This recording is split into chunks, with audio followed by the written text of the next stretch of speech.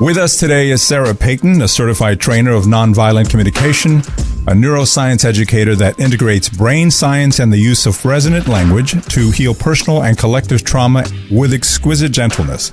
Among her many gifts, Sarah works with people all over this world of ours to help them create a compassionate understanding of the effects of relational trauma on the brain, as well as teaching people how words change and heal us. Sarah, welcome to the podcast.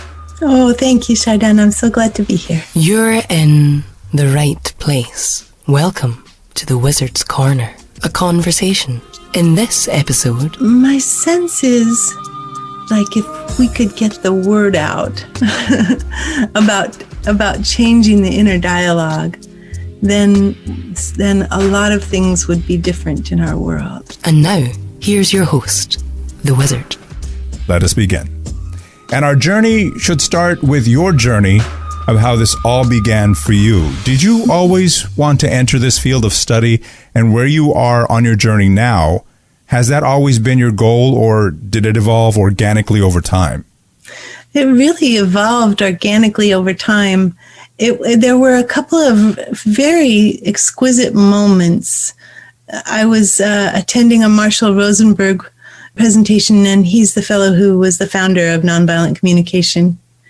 And I had become very interested in his work, so I'd listened to everything that he had said that was available on recording. And I got there, and he kind of did the same thing when he was in person that he did on his recordings. I was like, oh no, I already know him by heart. What will I do? And one of the women said, I'm going to do a spontaneous empathy circle in the other room. And anybody who wants to do that, come along. And I thought, what is that? And I went with her, sat with a group of people. And at that time we had adopted a boy, my husband and I would feel myself freeze whenever I went to hug him. And it was just it felt so stuck. And as I sat in the circle and got a chance to speak about it and people responded, it was the first time in my life that people responded without like reassurance or telling me I had it wrong or dismissing me or telling me it wasn't that important or telling me that it would work out.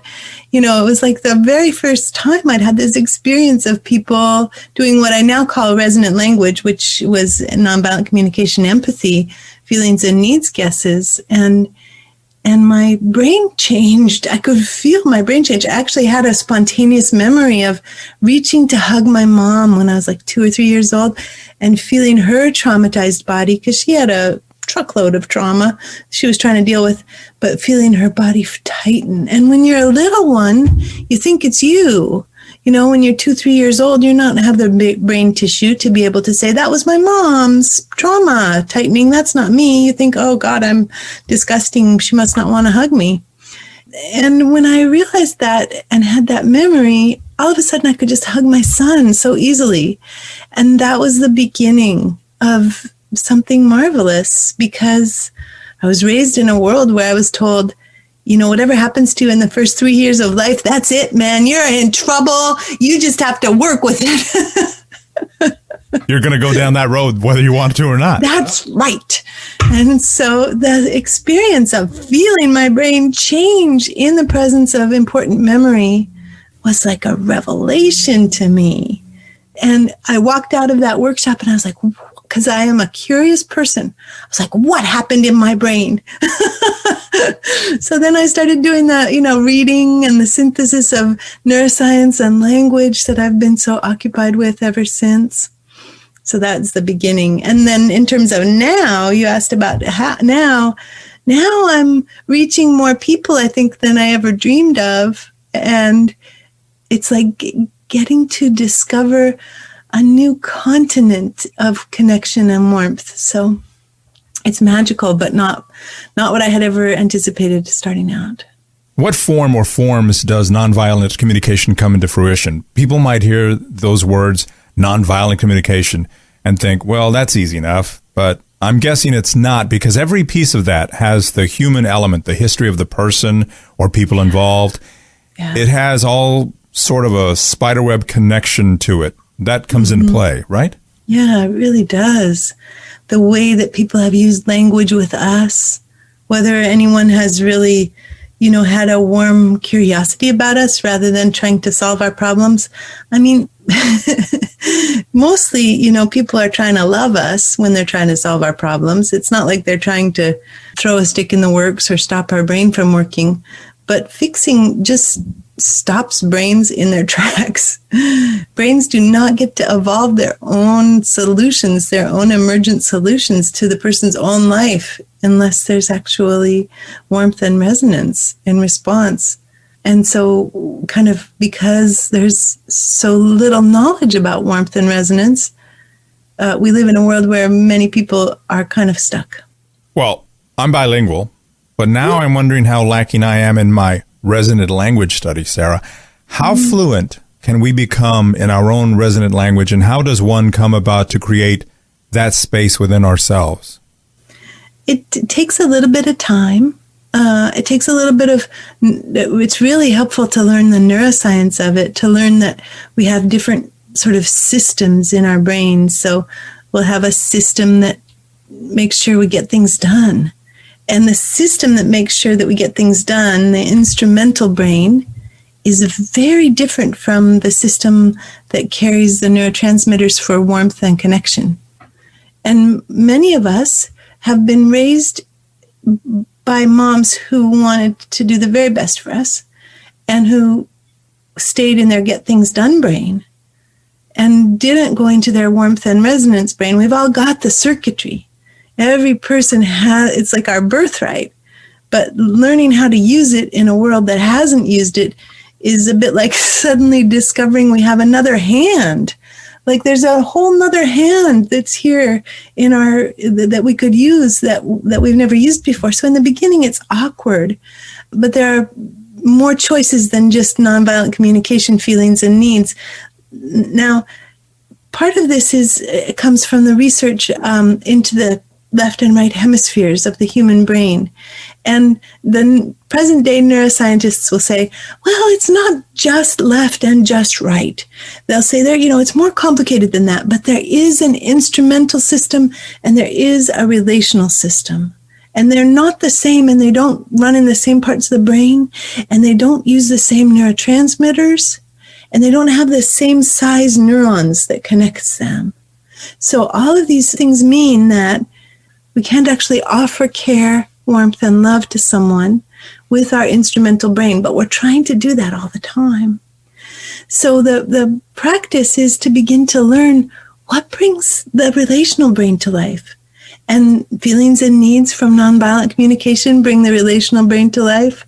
Metaphor brings the relational brain to life. Impossible dream guesses bring the relational brain to life. Poetry, swear words, as long as they're not being used to blame other people, but, just like to acknowledge enormity. And also sentences that have I and you in it. So if I'm at your house for dinner and I say, Shaidan, thank you for dinner, that just has you in it, right? And if I say, Shaidan, when I ate that food that you made for me, I just had a feeling of warmth that started in my stomach and spread through my whole body. And it's two very different things, isn't it? And yet we're talking to different parts of the brain. We're doing different things with our language. The I and you, I want to get into that because I touched, it was like, whoa, what does she do? This is interesting. Yeah. So is that how we should maybe approach our communication with others to draw them in? Does that change them as well as changing us? It does, but I don't think there's a should in it exactly, because we can't use it with everybody.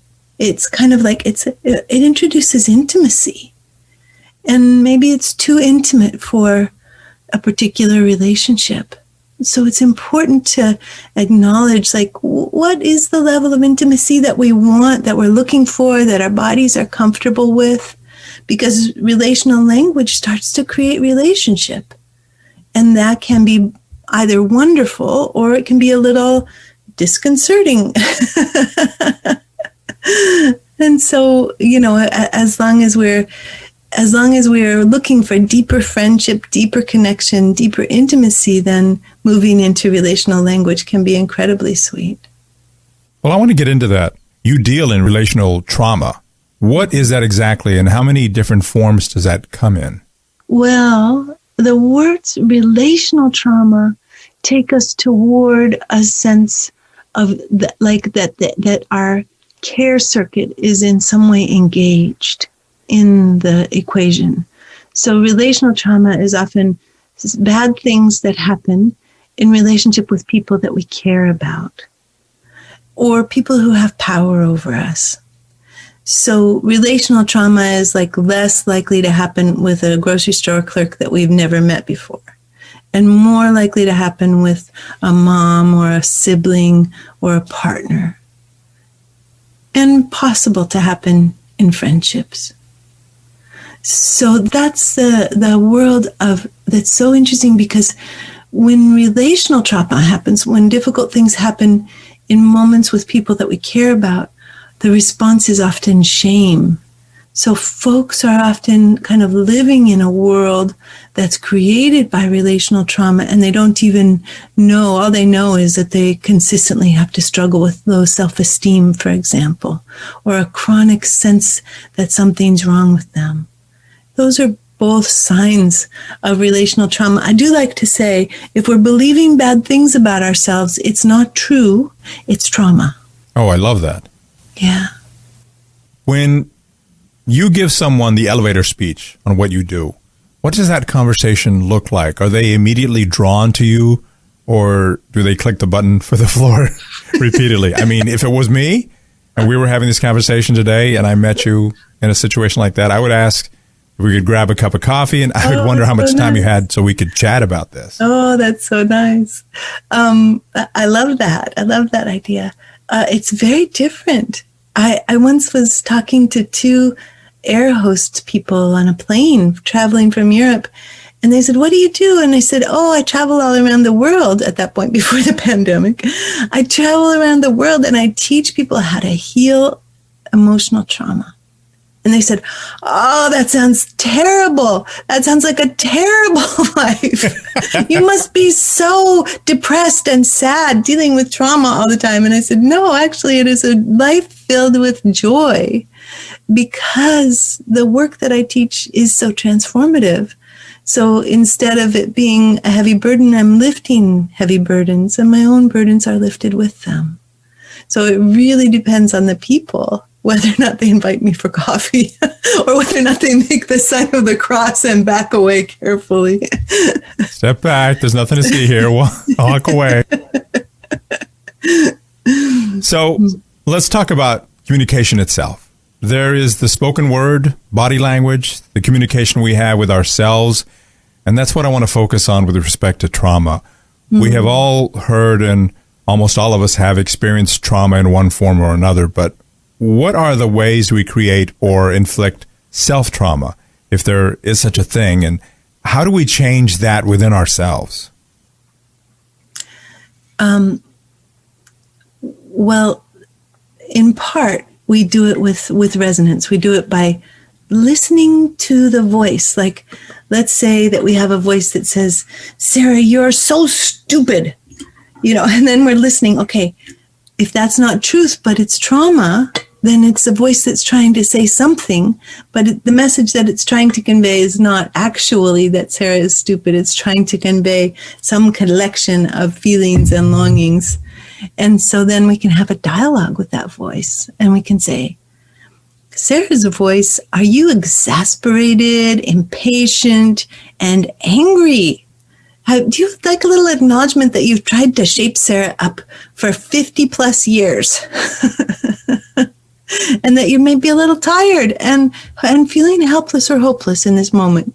And then we see what the voice says in response to that, because if we take as a given that the voices are trying to say positive things to us, then it transforms, it makes us sort of tentatively curious about what's happening. It makes us tentatively curious with others as well. I remember that there was a decades-long conversation that I was having with my mother before she died, and she was very worried about how much I weighed. And she would see me and she would say, Sarah, you're fat. And it would just devastate me. I would take it away and I would just like be paralyzed for weeks. And I worked on it. I think I worked on it for maybe 8 years or 10 years. And finally one day I saw her and she said, Sarah, you're fat. And I said, Mom, when you see me, do you get so worried? Do you want me to be loved and safe in the world? And do you worry that if I'm way more than you want me to, that people are not going to like me? And she said, yes. And she stopped. And she didn't say that to me for a year and a half. I counted. And then a year and a half later, she broke into it again. And I did a similar response. And she actually didn't say that to me again until she, she died before she ever said it to me again. So, and I was stunned. I was like, spent 8 or 10 years going, this is so cruel. Why is my mother so cruel to me? And then finally it was like the sun of resonant language, the sun of empathy made it through those clouds of hurt that, of course, people, that of course happens for us when people use language in ways that are really, truly not supportive. I mean, we should not have to work for 8 to 10 years to hear the love in somebody's message, but it is possible and strange, to begin to see the world in that way. And what a wonderful gift that you got to have that connection. I don't think I've ever heard anybody say a decades-long conversation. That's a new one on me. So, Sarah, have you ever worked with someone or been talking to someone and their story just seems too massive to tackle? Their truth seems to have locked them into whatever roadblock that even you have to step back and rethink, how am I going to help this person? Yes, absolutely. But there are a couple of things that are here for us to do. And the first is that when I hit that, the first thing is to just kind of re-examine the whole idea of help. Like that what we're doing with resonance is not helping. Because if we were trying to help people, we would be in our instrumental brain, we'd be trying to do something for them. We'd be trying to fix them, which of course prevents the full force of resonance to be there. So I'm always asking myself a slightly different question, which is, do I understand? Do I understand? Because I have developed over these years such a great sense that what we need is accompaniment and understanding. And it does not matter how massive the story is. It does not matter if we're working with genocide. It does not matter if we're working with massive amounts of abuse. What matters is, can we accompany each other? So my question for myself is, can I accompany this person? And if it's too big, if it's taking me out, and things have taken me out before, then what do I need to do to resource myself so that I can come back and accompany? Yeah. What do I need to work on myself? In the world that we find ourselves in today, what our society has experienced the past year and a half or so, when you think of trauma and how you've explained it or discussed it over the years with respect to the state of the world today, how much more have you had to broaden your scope of what trauma means to us now? Well, one of the very important things that I work with that you actually introduced in your first paragraph when you were talking about me is the understanding of the way in which collective trauma enters families and becomes personal trauma. So when we look at something like the pandemic happening, we see increased domestic violence, increased addiction. I mean, the patterns of people's coping are often take them out of relational space into abusive and neglecting space. And so the scope, I think, of what we're touching in the aftermath of once, with the global inequality and vaccination, obviously, it's continuing in all different places at a much faster, greater an even more devastating rate than it is here in the United States, where we have 60% approximately of our adults vaccinated.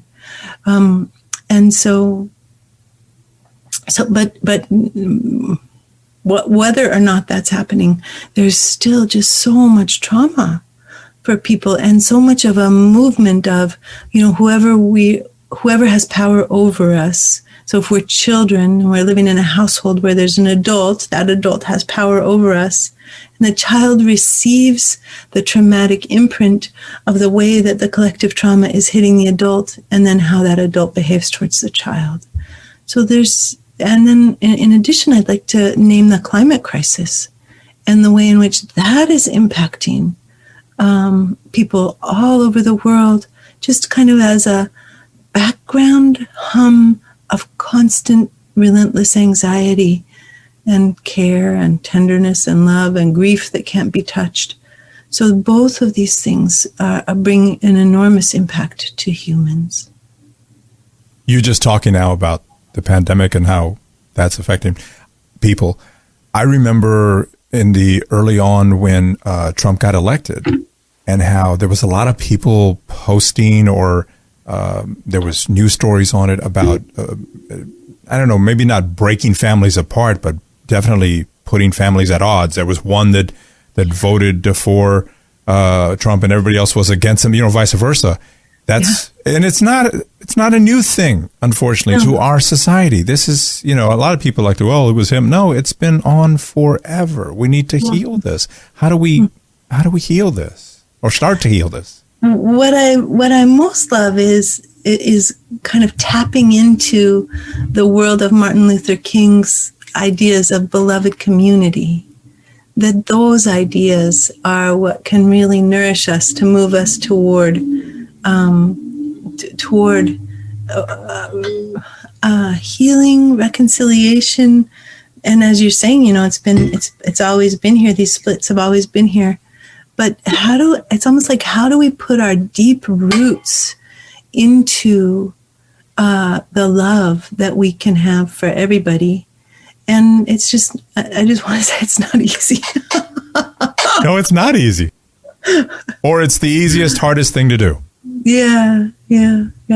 Just recently, I've been struggling with two things that lawmakers are doing that really worry me about voting rights and about not wanting history to be taught. I just get so worried, and the animosity, the internal aggression, it's like it rises up and I go, dang, where's my sense of beloved community? How do I give myself the resonant support and the of courseness for Sarah, instead of trying to chiropractically adjust Sarah out of her experience, but to say, of course you're worried, honey, yeah. And to let that warmth for the love that is revealed by my worries kind of become strong enough to take me back toward the commitment to wanting to have a beloved community that includes everyone. Well, that reminds me of something that you had said in one of your postings, one of your videos, and that was contracts. Are there different types of contracts that we make with ourselves, with others? Is there a set pattern for them? Yes. And that's the subject of my latest book, which is the Your Resonant Self Workbook. It's all about contracts, because I wrote the first book about the neuroscience of self-compassion, the Your Resonant Self book. And then I was like, I haven't got the contracts in here at all, because I was traveling around the world again before the pandemic. And people were like, I can't love myself, and this is a matter of integrity for me. I would be out of integrity if I had warmth for myself.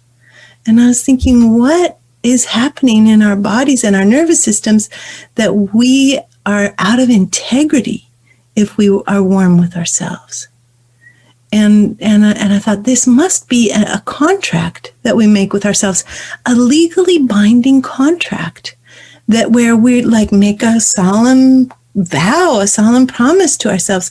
I, Sarah, solemnly swear to my essential self that I will not be warm or kind to Sarah in order to, and then I was like, what are the in order tos? In order to have integrity, if we start there, in order to let my mom be right, might be a possibility, in order to belong to my family, in order to punish myself for being a burden when I was born, in order to, there are even really big ones that are like, I will not be warm to myself in order to not forgive humans for their impact on the planet. Like, there are really big vows and contracts that we make that have huge roots in deep integrity, deep love. But as soon as we start to notice them, instead of just living around them unconsciously, as soon as we make them conscious, they begin to shift. And then we can also do a formal release of them. Sarah, I release you from this vow and I revoke this contract. And then what's really sweet is to do a blessing. And instead, I give you my blessing to love the heck out of this planet, and just see what you can do with your life and the power that you have to be able to make things better in any way possible. All kinds of blessings. You seem to have a very good communication dialogue with yourself. Do you see that is maybe part of, we have many problems, but it is part of the problems. We don't talk with ourselves enough in the correct way, in the right way. Right. Instead of Sarah, you idiot. Which, we all say that. We all have that voice. Yeah, exactly. We try to, I think, most of us, I think, try to be, good stewards to our own human vessel, but so many of us fail. And I just wonder if that's something that we can get as a collective. Hopefully we can get that as a collective and try to, right that ship, as it were. Yeah, I love what you're saying. Like, so many of us fail. And I think part of the reason we fail is because everybody's walking around saying, love yourself, love each other, be kind to yourself. But the actual how-to of how to do that, when you have that really self-lacerating voice inside, it's like saying, yes, just go do a double backflip off the diving board and make a clean entry into the water. And you're like, okay, this person has no idea what my skills are. Yeah. Absolutely. Yeah. Have you ever connected with a group of people and maybe you've noticed a pattern and then retraced back why those people needed your guidance when they did? Has there ever been, that you can detect, a catalyst to those that come to you as a group or maybe individually? I guess what I'm saying is, do you have any idea of how we will see trauma and healing unfold post-COVID, whenever that is going to be or is going on? Yeah. Well, my sense is, like, if we could get the word out about changing the inner dialogue, then a lot of things would be different in our world. And so that's part of what I long for. And I think it's important, like, what media does to try to acknowledge on a global level or on a national level, like, here's what we're up against. No wonder you're lonely. I mean, a lot of times the media that people put out is trying to create that bridge, that resonant bridge between self-judgment and self-compassion.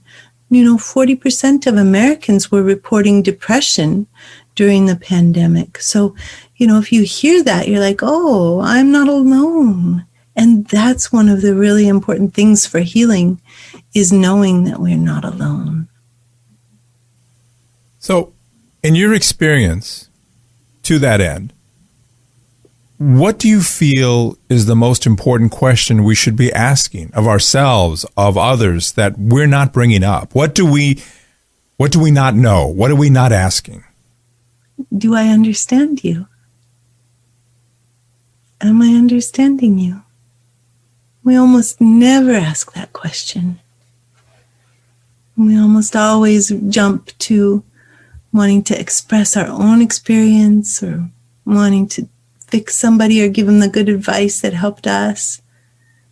Very rarely do we say to each other, "Oh, is having lived through the pandemic is it like having fought your way through an eternal slog of swamp water in a foggy landscape that never changed, and all you could see were just the same looking reeds over and over again with each step?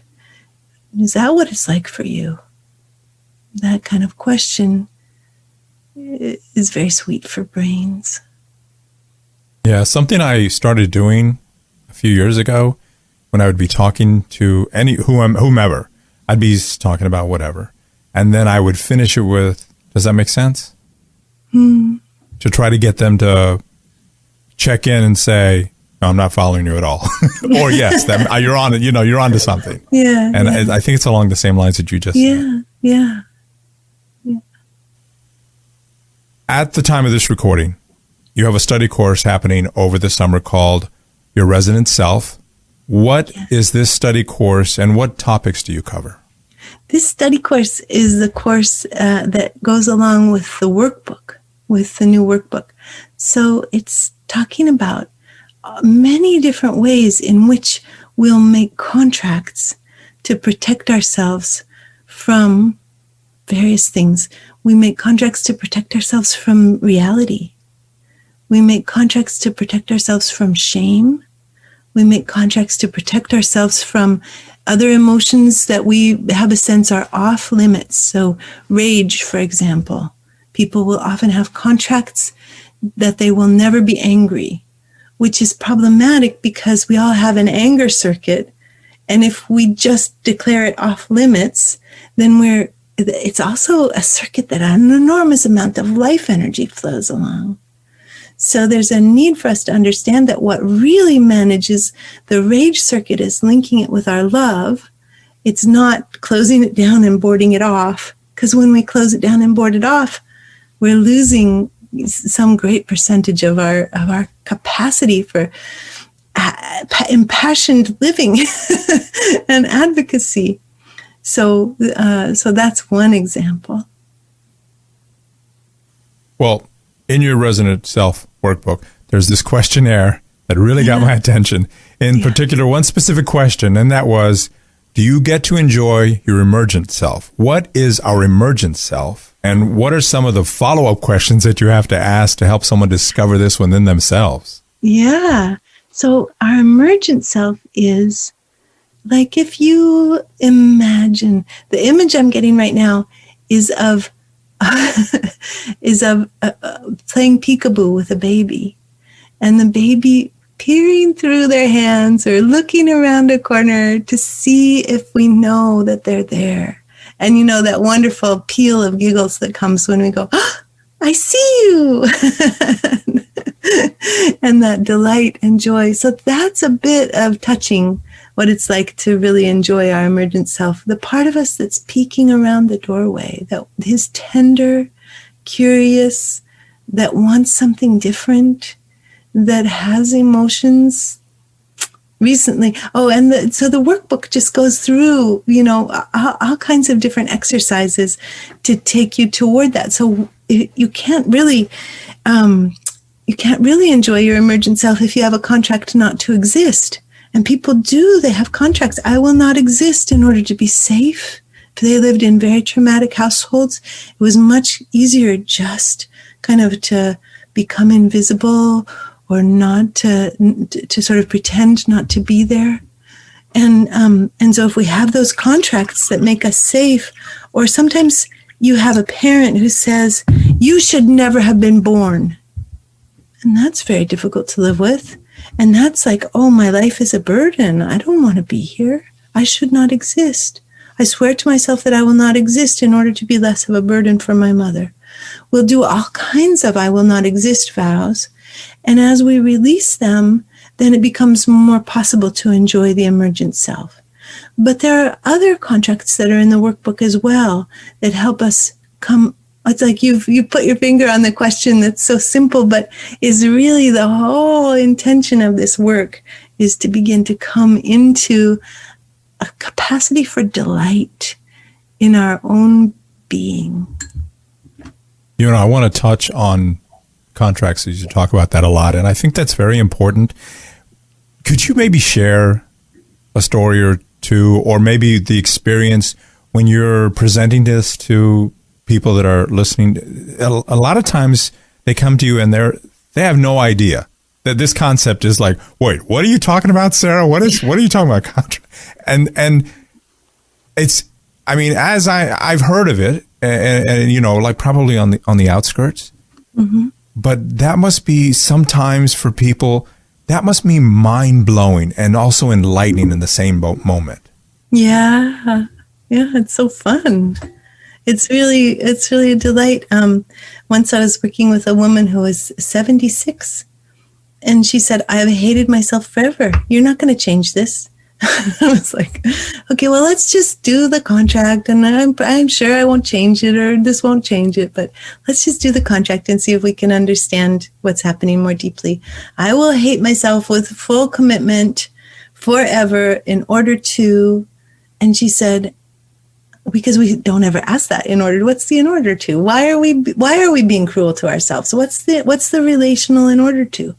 And she says, in order to remove the burden of my existence from my mother. I was the eighth child of 8 children, and my father died while she was pregnant with me. And I said, "Oh, okay, well, if we ask your essential self if she wants to keep that vow, does she?" And she said, "Well, no, I mean, it's kind of silly. After 76 years, my mother's dead. It's not doing any good now." And she released herself from the contract, and then she was like, "I don't hate myself." She was just like stunned.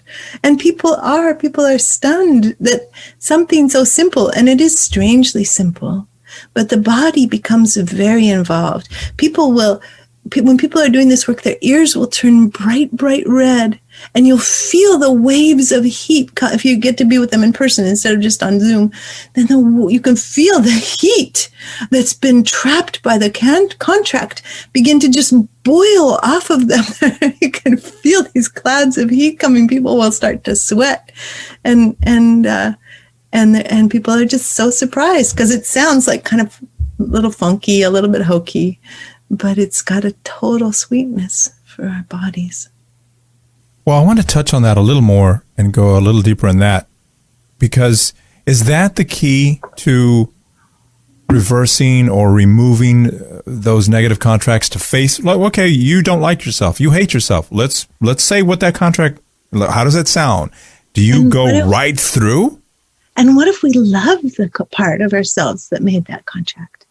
What if we're like, "Of course you made that contract. What a good contract. Of course you would decide to hate yourself forever. And that protected you. Of course you decided never to speak again, never to really express your truth. Protected you from shame. What a good idea, given the world that you were living in at the time you made the contract." So there's a warmth to it as well. I had this one woman who was like, so upset with me that because at the end of the contract, you say, "No matter the cost to myself," you say, "I will hate myself with full commitment in order to make up for having been born, no matter the cost to myself." And then if you have children, that's like another whole leverage point. No matter the cost to myself or my children. People will often be, "I don't care about the cost to myself." And then you'll go, "And your children," and they'll go, "Oh, not so good." Yeah. Kind of stops them. Yeah. It's the little fine print in the Sarah contract. Oh, and item 7. See item 7? Yeah. Yeah. So people have said, "This is brutal. You're being brutal with people." So I try to be really gentle because, goodness, we don't need more brutality in this world. We need exquisite, warm gentleness, and it just brings tears to my eyes. And just to, really love the parts of ourselves that have made these very difficult agreements that are often almost impossible to live by. Okay, so let's say it's now past the time that someone did this course. It's months later, maybe years later. Okay. How can they gain even more from the work that they did with you in the summer of 2021? Does this work become our own body, mind, and spirit roadmap that we can go back to again and again? Yeah, it really does.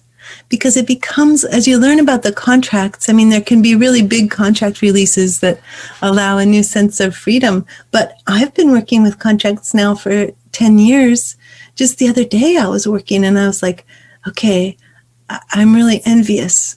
I was really envious of Gabor Mate because of the whole wisdom of trauma thing. And everybody from all over the country kept sending me these emails. Have you seen this wisdom of trauma? Have you seen the wisdom of trauma? I'm going, what about me? And so but then I noticed that I was having a lot of shame for feeling envious. And shame is a sign of a broken contract. So I was like, I must have a contract not to be envious.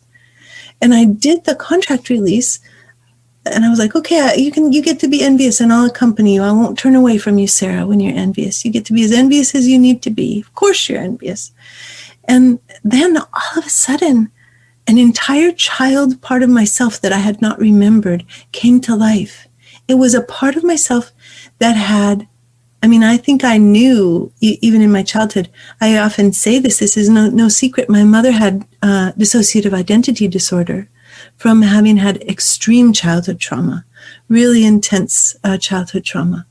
And so the inside of my brain, I always say that this work helps us make brains a good place to live.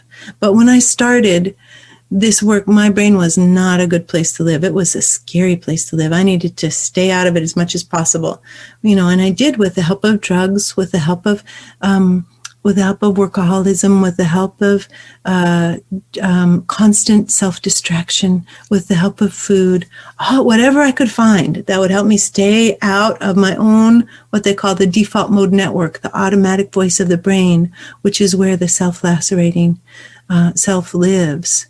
So this, and so I discovered this little one who was so envious, who was like looking around at the world going, those people do not look like they are carrying a self-lacerating, voice at the age of 8 years old. It looks like they're doing much better than me. I was so envious. And I think I was right to be envious, but it was unbearable. And so that was when I made the contract. I will turn away from myself rather than allow myself to be envious. And I will just pretend I'm not, basically, and feel shame when I do. So releasing this little one, I'm like, oh, look at you. I'd completely forgotten that you existed. How wonderful. More of our life energy just keeps coming back and back. So it's a forever journey, I think, or at any rate, if you're starting where I started, it's a forever journey to making our brains a really good place to live. Finally, Sarah, with all that you know, with all that you've experienced personally, what is your hope for our future as a society, and how can we start to right the ship, if even a little?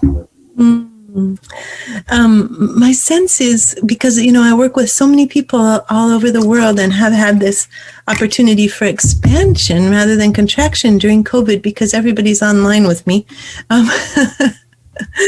My sense is that each time that, for example, the work that you're doing, Chardin, reaches people, the work that I'm doing reaches people, anytime people have a little bit of an aha experience of like, oh, I make sense. Oh, you mean I get to be envious? Oh, you mean it makes sense that I would hate myself with such passion? Oh, it makes sense that I've put rage off limits to myself? Then we're making the world a better place. I worry with global climate crisis that we don't have the time that I would like us to have. I would like to have a good 200 years. So would I. Yeah. So She is Sarah Peyton, a sought-after expert who brings neuroscience.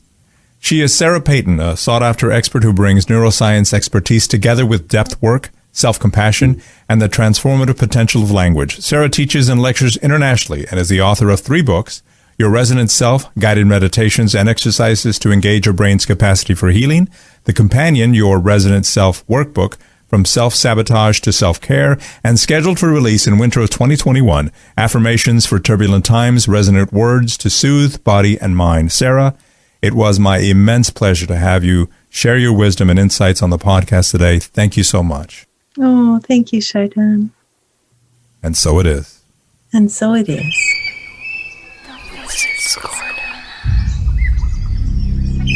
The Wizard's Corner podcast is for entertainment purposes only. The claims, comments and opinions expressed during this episode are solely those of the individuals involved. Find us on social media at Wizard's Corner Podcast and listen to us whenever you want, wherever you want, wherever you get your podcasts. We welcome your likes, reviews and shares, and we thank you for listening.